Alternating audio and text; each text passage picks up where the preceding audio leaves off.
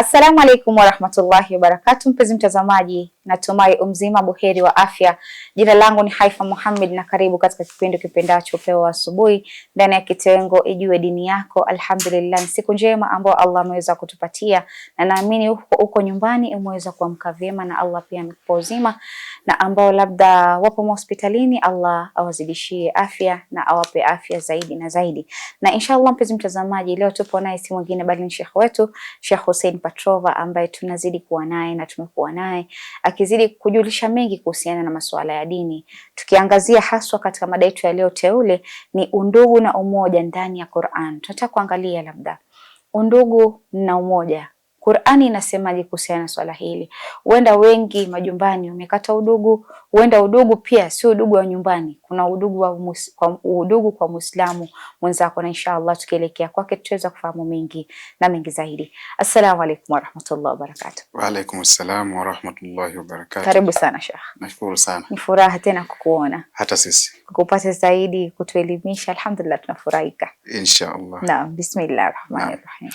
أعوذ بالله من الشيطان الرجيم بسم الله الرحمن الرحيم وصلى اللهم على سيدنا محمد وعلى آله الطيبين الطاهرين اللهم صل على محمد وآل محمد. Naam, tukirudi kwenye mada yetu ambayo ni undugu na umoja, al-ukhwa wal-wahda. Na haya ndio masuala ambayo tukiangalia vizuri yamesisitizwa sana na Mtume, kwa sababu sisi tunachukua sheria yetu aidha ni kwenye Qur'ani ama Qur'ani imetuelekeza. Kama hatujaielewa vizuri tunarudi kwenye hadithi ambazo ni za Mtume na za Ahlul Bait peke yao.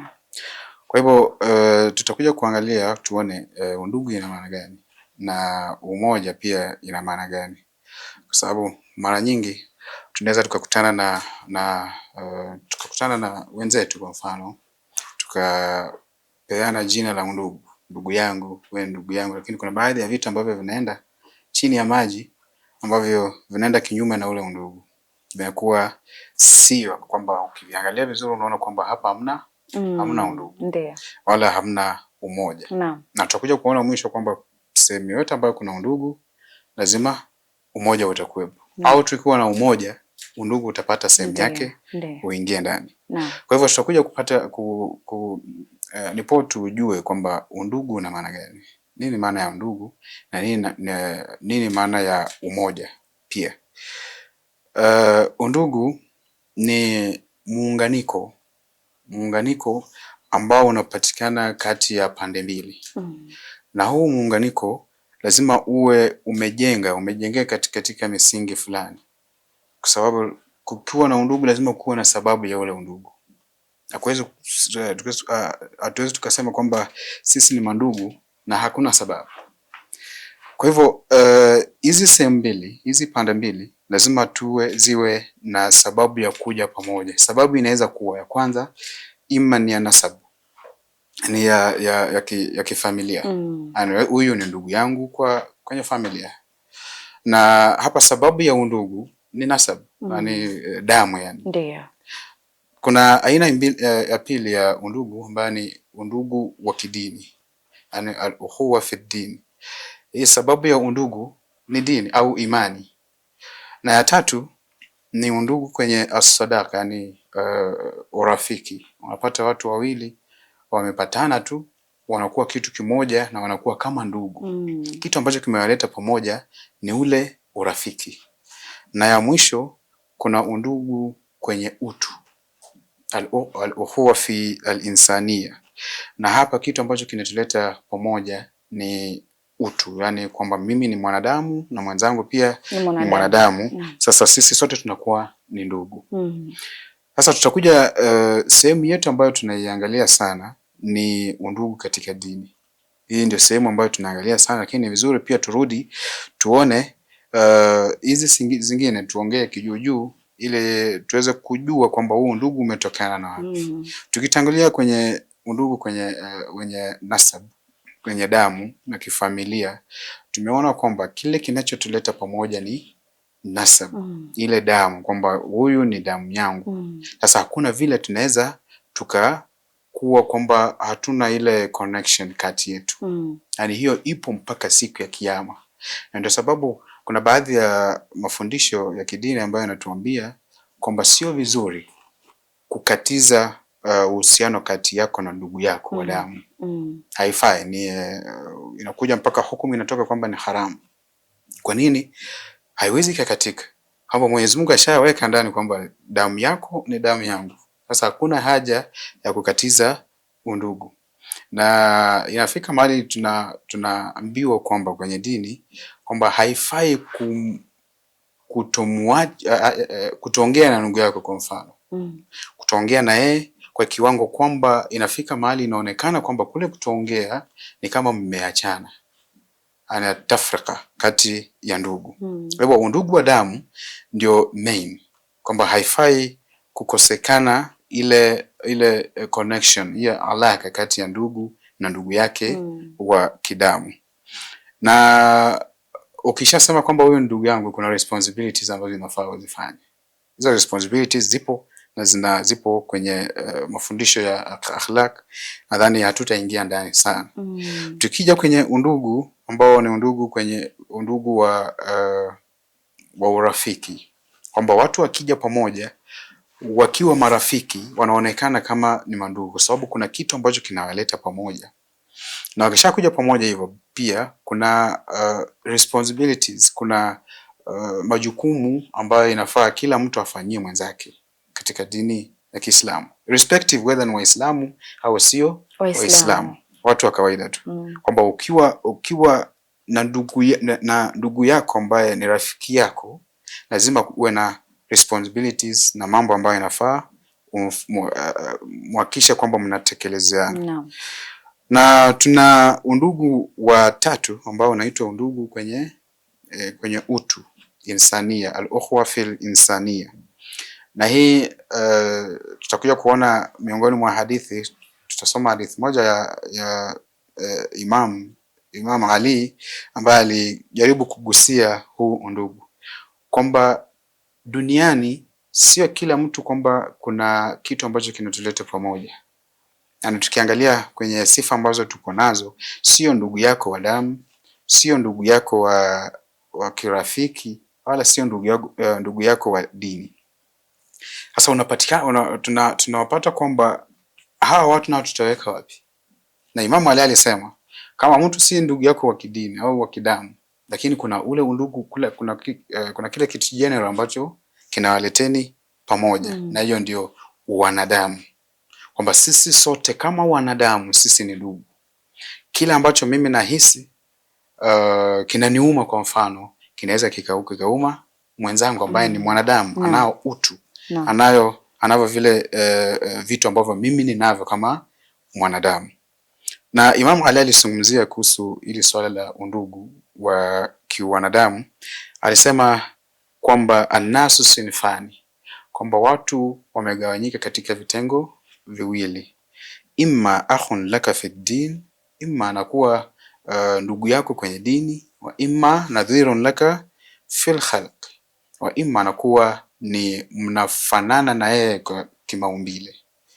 Kwa hivyo Imam Ali alitupatia aina mbili au sinfu mbili za undugu. Imma tuna connection ya kiimani, wa imma tuna connection ya kimaumbile.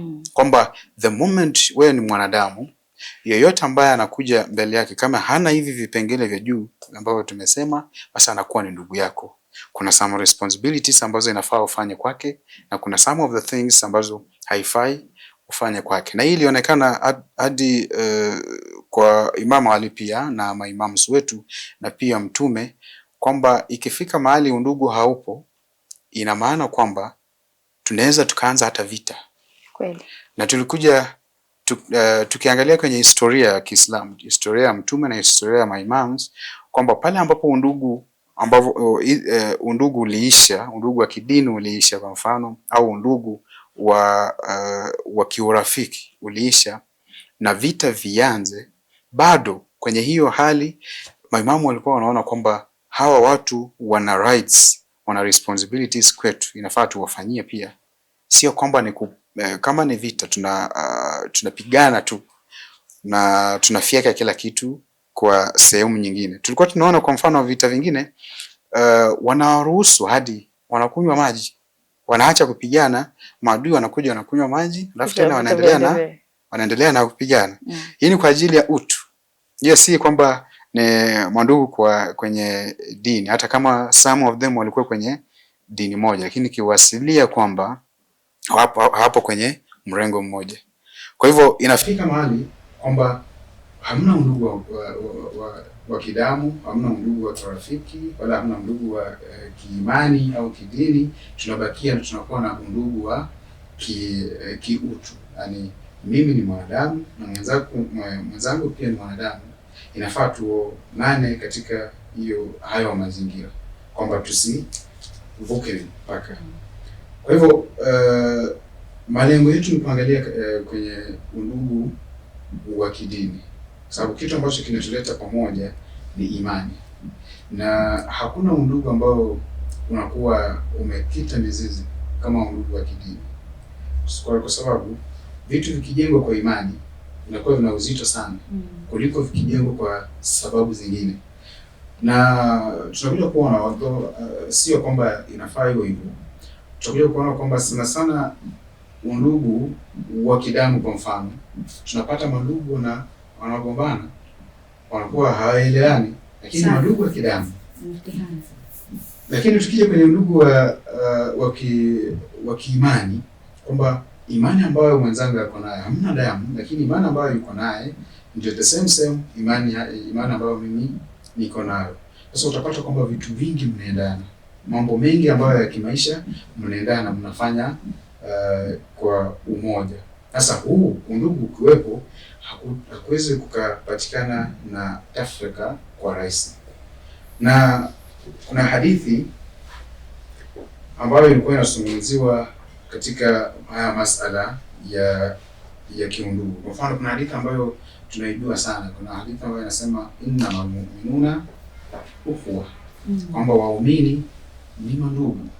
Sasa hapa tunajiuliza kwa nini Mtume hakusema kwamba innamal muslimuna ukhwa, kwamba inatosha tu kwamba wewe Muislamu, bila hata kama wewe si muumini unaweza ukakuwa ndugu ya mwenzako.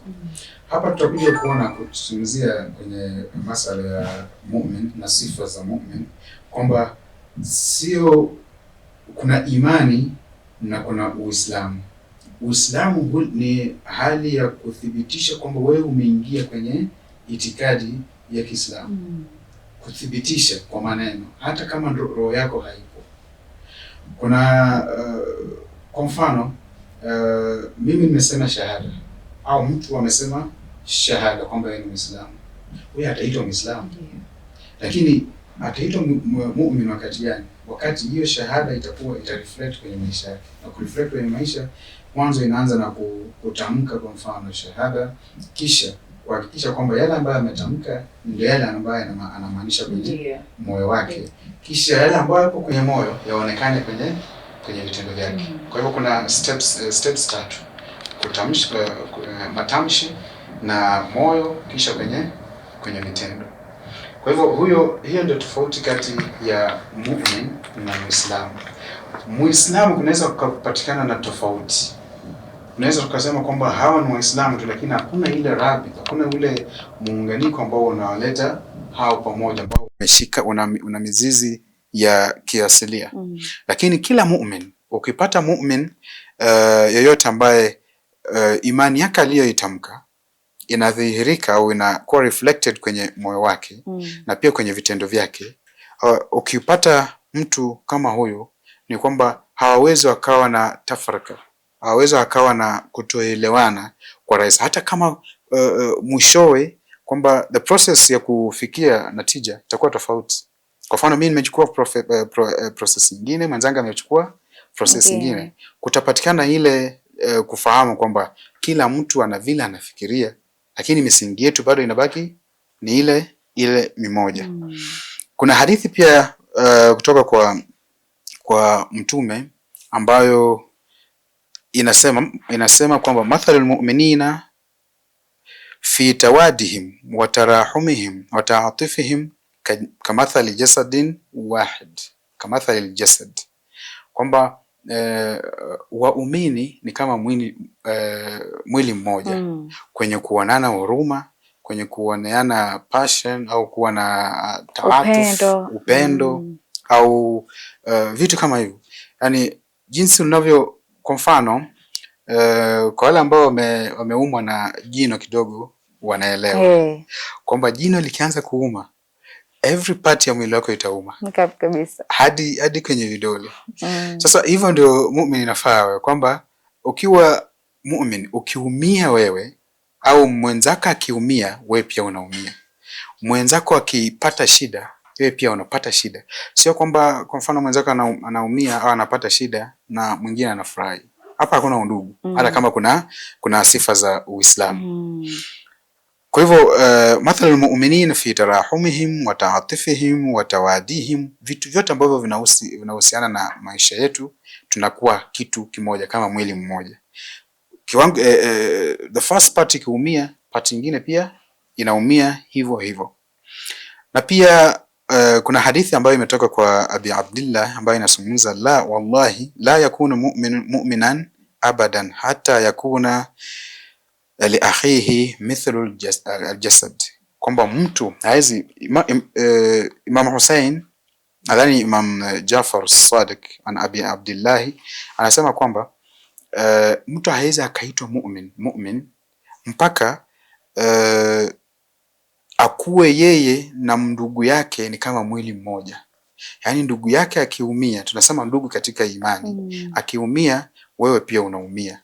Akisema kwamba anahitaji kitu jambo fulani au kitu fulani, unahisi, unafeel kwamba kweli anahitaji na uko tayari kumsaidia. Ni kama tuseme ndani ya Ramadhani. Naam. Utakuta wengi wanaonyesha udugu. Natamani iwe baada ya Ramadhani iwe inaendelea vile vile watu wanavyoonyeshana udugu.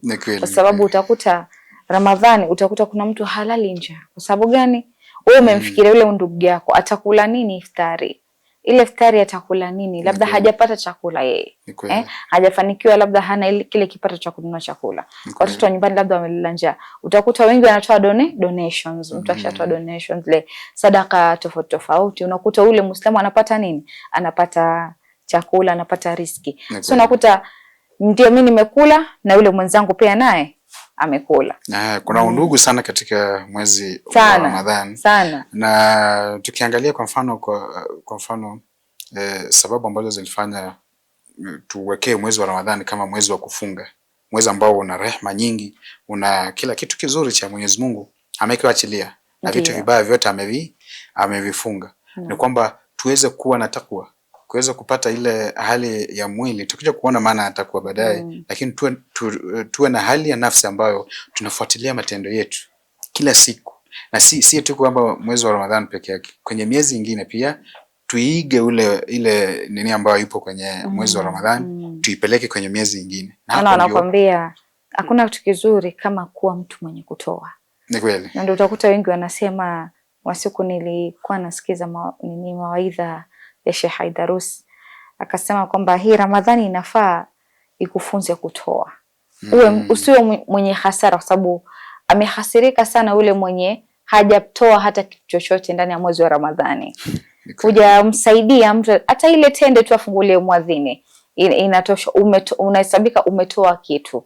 Sio lazima kiwe kitu kikubwa, maana sio wote ambao tuna ule uwezo wa kusema tutapeana kitu fulani kwa watu fulani, lakini wewe umepata tende.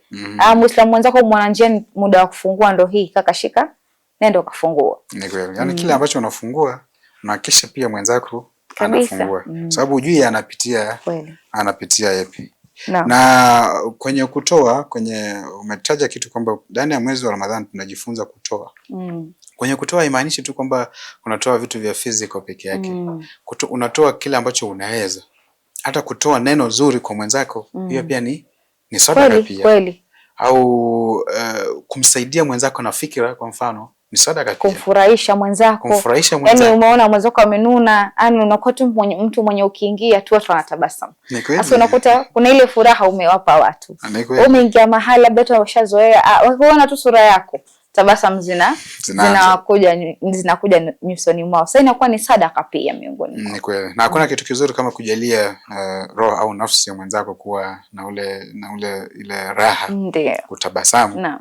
Ni sadaka nzuri sana ambayo inafaa tuige kwa mitume wetu na wale ambao maana kununa bwana kazeeka haraka.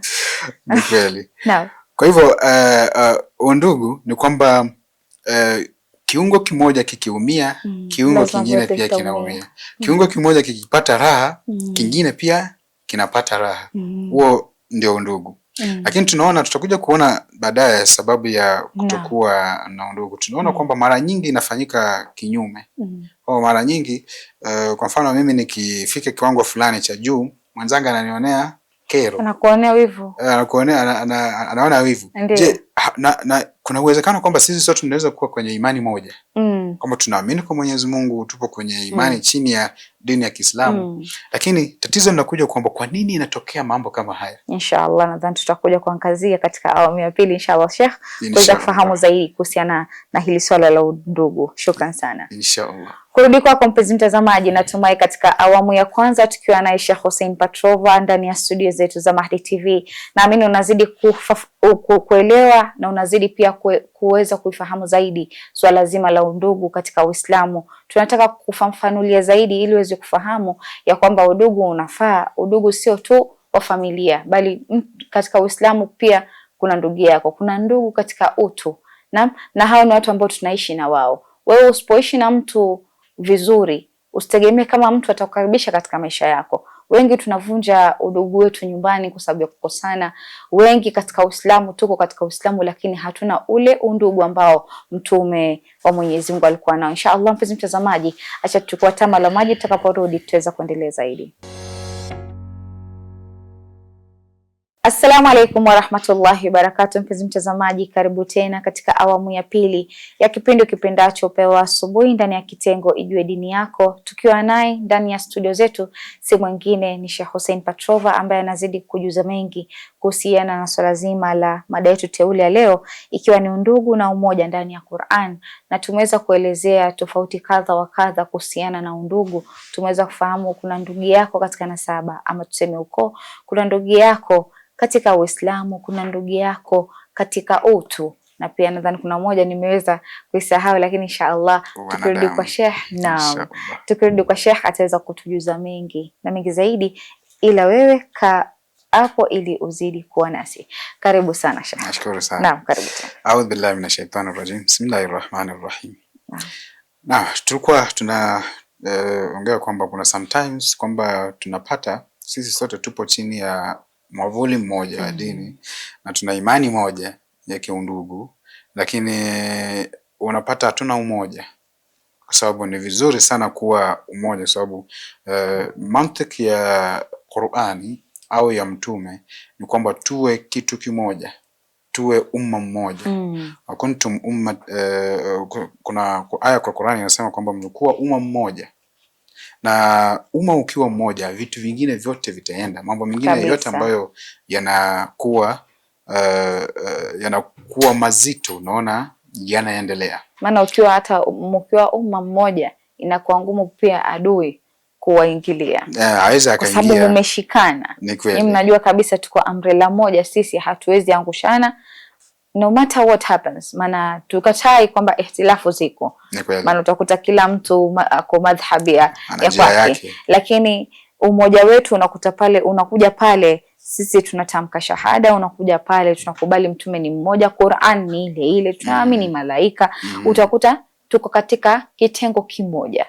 Hizi ihtilafu zingine ndiyo katika ihtilafu lazima tutakuwa nazo, hazikosi, lakini ule udugu wetu kama Waislamu tunaulinda vipi, tunauweka vipi, kwa sababu ili adui asitumie hiyo chance, asipate nafasi. Kabisa. Maana tukiangalia katika nyakati kama hizi utakuta vita vinaendelea, kuna nini wanapiga hii, nani wanapiga hii, lakini ukiangalia hii inatokana na sisi kuweza ule Uislamu hatuko na ule umoja ambao unatakana. Yeye adui anaona kabisa hapa anaweza fanya divide and rule, na ikaweza kutumika vizuri na tukatengana. Utakuta wengi tunatukanana, ni kama tuoneani kama huu ni ndugu yangu katika Uislamu. Sasa ni vitu ambavyo Mtume alisema kwamba tukiwa umma mmoja, ule adui itakuwa rahisi sisi kuweza kumuondoa. Ni kweli. Na kuwa umoja haimaanishi kwamba hakuna tofauti. Yaani ndani ya hizo tofauti bado kuna kitu ambacho kinatuleta kuwa kitu kimoja. Ndio. Na kwa hivyo umoja ni nini? Baada ya kuongea kuhusu undugu, na tulisema mwanzo kwamba kukipatikana undugu lazima tuwe na umoja. Kama vipengele vyote vimeangaliwa. Na kuiwa na umoja lazima pia undugu uwepo. Kwa hivyo umoja ni nini? Kwa Kiarabu ni kwamba umoja ni indhimamu ajza litashkil kullin wahid. Indhimamu ajza litashkil kull alwahid. Kwamba vitu vyote vinakuja pamoja, vinaingiliana pamoja ili vitengeneze kitu kimoja, kitu kimoja kikubwa. Yaani ajza, pande ndogo ndogo zinakuja pamoja ili zitengeneze kipande kimoja kikubwa. Na hizi zikija pamoja, kila kipande kina misingi yake. Yaani kwenye umoja sio kwamba hakuna tofauti. Kwenye umoja kuna tofauti, lakini kila mtu ana respect tofauti za mwenzake. Na tunatengeneza umbrella moja ambayo tupo chini ya misingi ya kiujumla ambayo ni msingi mmoja. Kwa hivyo al-wahda, kuna maneno ambayo yanatokamana na al-wahda. Kwa mfano tauhid. Yaani kwa semi tu kwamba hauwezi ukasema kwamba upo chini ya tauhid na nyinyi wenyewe hamna wahda. Yaani uwezi ukasema kwamba upo chini ya tauhid ya Mwenyezi Mungu, unaamini kwa Mwenyezi Mungu mmoja, na nyinyi mwenyewe mna katikati yenu hamna wahda, hamna mmoja. Kwa sababu tauhid inamaanisha mmoja. Tunaabudu Mwenyezi Mungu mmoja. Imani yetu ni moja. Lakini katika matendo yetu kwamba sisi hatuko wamoja. Hapo kuna shida kwenye tauhid. Yaani tulisema mwanzo kwamba undugu wa imani ndio undugu ambayo unajengwa kwa misingi ambayo haiwezi ikawachana. Kwa sababu kila kitu ambacho tunafikiria tuna misingi mmoja. Kwa mfano tukija kwenye dini yetu ya Kiislamu, sisi sote ni Waislamu. Na ina maana gani kwamba sisi ni Waislamu? Sisi ni Waislamu kwa sababu akida yetu ni moja.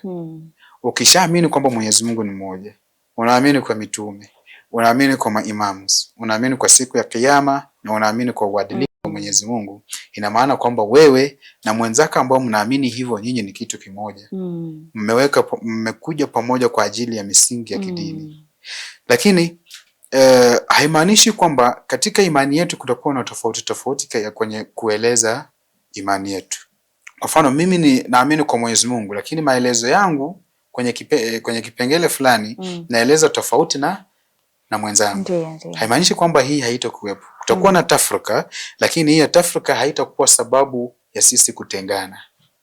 Kwa hivyo undugu ambao umejengwa kwa ajili ya kidini au kwa ajili ya misingi ya kiideolojia au kwa ajili ya misingi ya kiimani ni undugu ambao hauwezi ukatenganishwa na hauwezi ukafanywa kwamba kuna mgogoro kati ya hawa mandugu. Sababu ukishajenga asili yako au undugu wako au umoja wenu kwenye imani, Mwenyezi Mungu, mkono wa Mwenyezi Mungu unakuja. Mwenyezi Mungu anaingilia katikati. Tunaona kwenye suratul Insan nadhani, suratul Maryam. Not Insan. Innal ladhina amanu wa amilus salihati sayaj'al lahumur rahmanu widda. Kwamba wale ambao wameamini na wanatenda matendo mazuri, Mwenyezi Mungu atawajalia upendo ndani yenu. Yaani tukishaamini kwa Mwenyezi Mungu ina maana sisi tumekuwa kitu kimoja. Na kwa ule umoja wetu, upendo wa Mwenyezi Mungu utakuja na tutapendana sisi wenyewe. Na chochote ambacho Mwenyezi Mungu ameweka, yani amethibitisha, hakiwezi kupatikana na atafrika ambayo inaweza ikaleta shida. Kwa hivyo Qur'an, logic kwenye Qur'an ambayo mtume alishuka nayo tukiangalia kwenye masala ya umoja, sana sana imetutaka sisi tuwe umma mmoja. Tuwe umma ambao unaamini kwa Mwenyezi Mungu na hakuna tafrika. Kwa mfano, kuna aya kwenye suratul Imran ambayo inasema wa'tasimu bihablillahi jami'an wala tafarraqu, na shikamaneni na kamba ya Mwenyezi Mungu nyinyi nyote na msitafarakiane. Yani kila mtu asiende sehemu yake.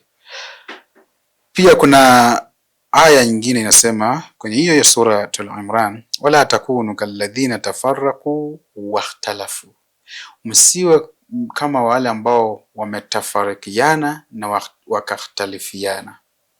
Tukianza kutafuta ikhtilaf, kwa mfano kwa misingi yetu ambayo sisi tumekuja umoja nayo, kazi yetu ni kutafuta makosa kwa wengine. Anakupatikana kwenye nafsi zetu hali ambayo tunatafuta tu makosa kwa watu wengine, pale hakuna umoja.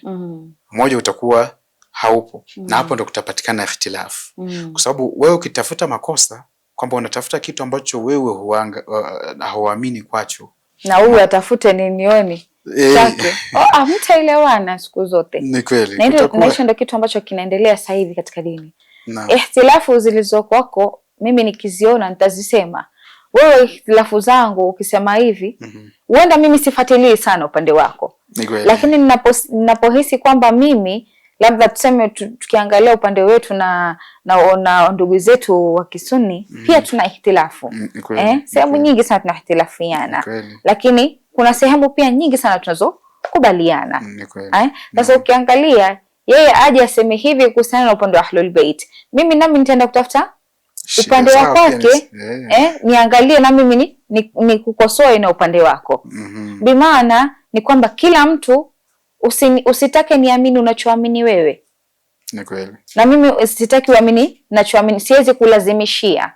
Mpaka mwenyewe uamue kukaa chini, kusoma, kutafakari, kufikiria zaidi, ndo uangalie mimi maamuzi yangu nimesimama na upande huu. Lakini sote tuko katika nembo moja ya kwamba sisi ni Waislamu. Tunamwabudu nani? Mungu mmoja. Ili swala la kusema fulani na Qur'ani yake, Qur'ani ni hiyo moja tunayoisoma. Hakuna Qur'ani ya fulani wala ya nane. Kama Qur'ani ni hiyo moja. Mtume tunayemwamini ni huyo mmoja. Licha ya kwamba kutembea nje mtu anakuambia hivi mpaka unashangaa, ndugu yangu yake nani amekwambia hivi? Unakuta sasa mambo kama hayo ndio yanaleta ile kutoelewana sisi kama Waislamu. Lakini tukisimama kwamba tukumbuka Mtume alisema nini, tuunganishe udugu. Na unapounganisha udugu, wewe unakuwa ni mtu mwenye uko na thawabu nyingi. Hata tukiwa majumbani, si watu hawakosani. Watu wanakosana. Maana sote hatufanani. Vidole vyenyewe havifanani. Na hizi ikhtilafu zinafaa kutujenga, hazifai kututenganisha. Tunapotengana ni kwamba tumempa adui nafasi ya kuingia katikati yetu na kututenganisha zaidi. Ni kweli. Na tukija kuona kwa mfano jambo lililosema kwamba tofauti zinakuja ndogo ndogo ambazo zinaleta huu ndugu na umoja unaondoka. Kwa sababu sisi mara nyingi tunafuatilia yale negativities ambazo zipo kwenye mustawa wa kipersonal na kwenye mustawa wa kidini au mustawa wa kidunia nzima. Na tukiangalia hii spirit ya kutafuta negativities kwa pande ya pili ili yaweze kuzungumzwa, ndio kitu ambacho kinaleta shida katika kuleta umoja katika ajizaa za Uislamu au ajizaa za dini. Tunapata kwamba kwa mfano mtu anakuja anaingia katikati yenu, au mtu mwingine anatuma mwenzake anakuja anaingia katikati yenu, anaanza kufanya ujasusi ili wapatikane tu makosa ambayo yapo ili aweze kuyaleta wazi. Na tukiona kwa mfano vita ambavyo vinaendelea vinaletwa shida katika ajizaa za imani kwa sababu ya kupatikana kwa vipengele kama hivi. Kwa mfano mtu ametumwa aangalie ujasusi, aangalie maeneo fulani ajue kwamba kuna nini ili apeleke information kwa maadui. Na hiki ndio kitu ambacho maadui wanatumia ili kuweza kuleta tafraka kati ya viungo ambavyo vipo pamoja katika misingi ya kidini. Kwa hivyo tasmi bihablillah, tukiwa pamoja kwa misingi ya Mwenyezi Mungu ambayo ametaka Mwenyezi Mungu, tofauti kama hizi hazitopatikana. Ndio. Na kukipatikana hizo tofauti, tutakuja kuona sababu ya tafrika ambazo tunaziona. Kukipatikana hizo tafrika, tunaambiwa kwamba kwenye Surat Al-Anfal kwa mfano, Surat Al-Anfal ndio ilishuka sana miongoni mwa sababu zake ni baada ya vita, ili kuweka misingi or principles guidelines vizuri, mambo yaweze kujulikana. Mwenyezi Mungu anasema atii'u Allah wa rasulahu wala tanaza'u fatafshalu wa tadhhaba rihakum, kwamba mutii Mwenyezi Mungu na mtume wake, na wala tanaza'u, msigombane, fatafshalu, ili muweze msiweze kufikia malengo yenu. Yani sababu ya kugombana ni kutofikia malengo. Watadhhaba rihakum, na effects zenu zikaenda. Hapa tutakuja kuona sababu moja ya tafrika ambazo tunaona katika dini ya Kiislamu au kwenye maisha yetu. Miongoni mwa sababu tafrika ya kwanza ni itibau alhawa, kufuata matamanio zetu. Kwamba sisi ndio sometimes tunaweza tukasema, kuna swali ambalo nilikuwa nimeliweka kwamba unapata tupo chini ya umbrella moja ya dini, lakini kuna tofauti ambayo kati yetu, tofauti ambazo zinatufanya tusiwe kitu kimoja. Hizi tofauti zinatokana na nini? Ni kwamba kila mtu anafuata matamanio yake, kwamba tumeweka matamanio imekuwa juu kwa mafundisho ya kidini au mafundisho ya mtume au maamrisho ya Mwenyezi Mungu. Na tunakuja kuona kwenye Qur'ani kuna baadhi ya aya ambazo zinatuwarn sisi kufuata matamanio zetu. Araaita man ittakhadha ilahahu hawa, anauliza kwamba umeona yule ambaye amechukua matamanio yake kuwa Mwenyezi Mungu. Yaani akiamrishwa hivi anafanya, desire zake zikimwambia kwamba fanya kitu fulani anafanya tu bila kuangalia tofauti zozote. Sababu ya pili ya tafrika ni al-fakhr wal-kibr, kwamba kunafika mahali tunajifaharisha sana. Kwa mfano tunaweza tukakuwa na vitu, tuko na neema fulani, tukaanza kuona sisi ndio tuna kila kitu kwa mfano, na watu wengine tukaona kwamba hawa ni waduni. Na ukishaanza kuona mtu kwamba ni duni, unatengeneza groups kwamba ni mimi against wao. Sasa hapa hakuwezi tukawa na umoja, kwamba tukiwa na al-fakhr na kibr, kujiona, tunatengeneza tafrika katika sehemu za Kiislamu au sehemu ambazo zinapatikana al-wahda.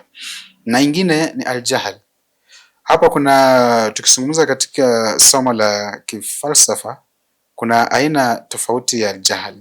Miongoni mwa aina zake kuna hii jahl ambayo inaitwa al-jahl murakkab. Jahl murakkab yani ni mtu anajiona kwamba anajua. Yani kwa mfano hajui lakini anajiona kwamba anajua. Nilikuwa naongea na ndugu yangu mmoja kuhusu hii jahl, akanipatia mfano mmoja wa watu. Kwa mfano unakutana na mtu alafu anaanza kukwambia mimi nakujua sana. Nakujua sana. Ina maana kwamba kila kitu ambacho unafanya yeye anajua already. Ndio. Na hapo ndio kunaanza kunakuwa na shida. Kwamba ukisema kwamba unajua mtu sana, kuna baadhi ya vitu ambavyo atafanya kinyume. Kinyume na kile ambacho unadhani unajua. Sasa akifanya kinyume, unaanza kumuona kwamba ni mbaya. Kumbe yeye pia ni mwanadamu. Na hapo ndio kutapatikana na atafrika. Kwa hivyo jahl al-murakkab ni ile kuona kwamba unajua kila kitu. Na the moment unajiona nafsi yako kwamba unajua kila kitu, mtu mwingine akisema kitu chochote kile hautotaka kusikia. Na kwa sababu unajua decisions zote au iktirahati zozote ambazo zitatoka kwa mtu mwingine hutataka kuzichukua. Na hapo ndio kutatokana na shida, kwa sababu nature yetu ya wanadamu kwamba hatupendi kuwekwa chini. Kuna mwanadamu ambaye anapenda kuambiwa wewe hujui kwa mfano, au wewe sio kitu. Ukiambiwa hivyo utatafuta defensive mechanism wewe pia urudishe, na hiyo ndio italeta al-tafrika. Na miongoni mwa hivi vitu Mtume amejaribu kutuwarn kwamba tuungamane, tuje pamoja kwa vitu ambavyo vinatuleta pamoja. Hivi vitu vidogo ambavyo havituleti pamoja tunaachana navyo. Kwa mfano kuna aya ambazo zinakataza tabia kama hizi ambazo zinatuletea atafrika. Kwa mfano la tajassasu, msitafute kujua vitu ambavyo vipo kwenye hulka za watu wengine. Kwa mfano ijtanibu kathiran min adh-dhann, kwamba tuachane sana na baadhi ya dhana. Kwa mfano mimi nikikutana na mwanzangu alafu nianze kumdhania kwamba kuna mambo mabaya anafanya, nitatengeneza matendo yangu ambayo nitakuwa natenda kwa ajili yake nikiwa na yeye yatakuwa tofauti. Yani kutakuwa na tofauti kama ningemchukulia kama alivyo.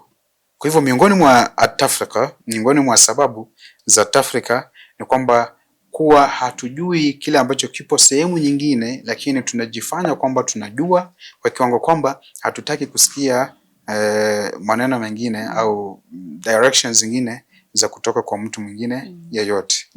Kwa under the nini kwamba tunajua kila kitu na hatusikilizi mtu yeyote. Naam, shukran sana Sheikh. Hakika umeweza kuelezea kitu kizuri ambacho sisi kama Waislamu tunapaswa kuweza kuelewa. Ni Waislamu wengi ambao sasa hivi tumefeli, tumeanguka mtihani. Waislamu tumekuwa tunatukanana kwa sababu ya madhehebu, tumekuwa tunatukanana kwa sababu wewe mimi siamini unachoamini, kwa nini wewe unasema hivi? Lakini kuna vitu vingine ifikie mahala kwamba tuangalie hii ni dini ya Allah. Tuangalia kwamba kila mtu atafika kwa Mwenyezi Mungu na atajielezea kwake, wewe ilikuwa vipi? Khalas. Yani mimi sina nia kukuhukumu ama tuseme mimi nianze kumuita Muislamu wenzangu kafiri. Hicho ni kitu ambacho ni kibaya na ni kitu ambacho kinaendelea sasa hivi. Kwa sababu sikubali unachoamini wewe ndo unaniita mimi kafiri. Hatuwezi ishi na Uislamu kama huo. Utakuta Uislamu tunazidi kupotea na tutazidi kupotea. Maana itafikia mahali ndipo Uislamu itakuwa ule udugu sasa hakuna. Anayekuona hiyo uko na mimi siwezi ungana na huyo mtu. Sasa ni kama pia tumesahau Mwenyezi Mungu amesema maneno yake, amesema vipi ndani ya Qur'an. Maana ni muhimu sana tutakapofuata maneno ya Mtume na maneno ya Qur'an. Maneno ya Qur'an yanaendana sawia na maneno ambayo Mtume ametuambia. Na inshallah Sheikh, naamini kwa hayo machache, naamini ni mada ndefu na ni mada nzuri sana, lakini kwa hayo naomba tuweze kuishia leo. Shukran sana. Inshallah. Kurudi kwako mpenzi mtazamaji, natumai katika awamu ya pili tukiwa na Sheikh Hussein Patrova ndani ya studio zetu za Mahdi TV. Alhamdulillah, amezidi kujuza mengi, amekuelezea mengi, amekufafanulia mengi ili uweze kuelewa kuhusiana na undugu. Tuweze kujenga udugu wetu, tuweze kujenga Uislamu. Uislamu unajengwa kwa misingi yake. Tunafaa kujua ni mfumo ipi ya maisha tunaweza kuadapt, tunaweza kuwa nayo ili tuweke Uislamu uwe na nguvu. Tusimpe adui nafasi ya kuweza kutuharibu, kwani sisi Waislamu tunajulikana kwamba ni wamoja. Na ndio maana watu wengi utakuta wakisema kwamba mimi napenda Waislamu sababu wana umoja. Sasa isiyo kwamba ni ile kwamba umemsifia mgema alafu tembo kalitia maji zaidi. Ili basi nakwambia mpenzi mtazamaji, ili tuweze kuweka udugu wetu salama, ni tushikamane, tuweze kumshukuru Mwenyezi Mungu kwamba ametupa dini ya Uislamu, dini ya umoja. Na kufikia hapo mpenzi mtazamaji, sina mengi ya kusema isipokuwa ni kukwambia maasalam.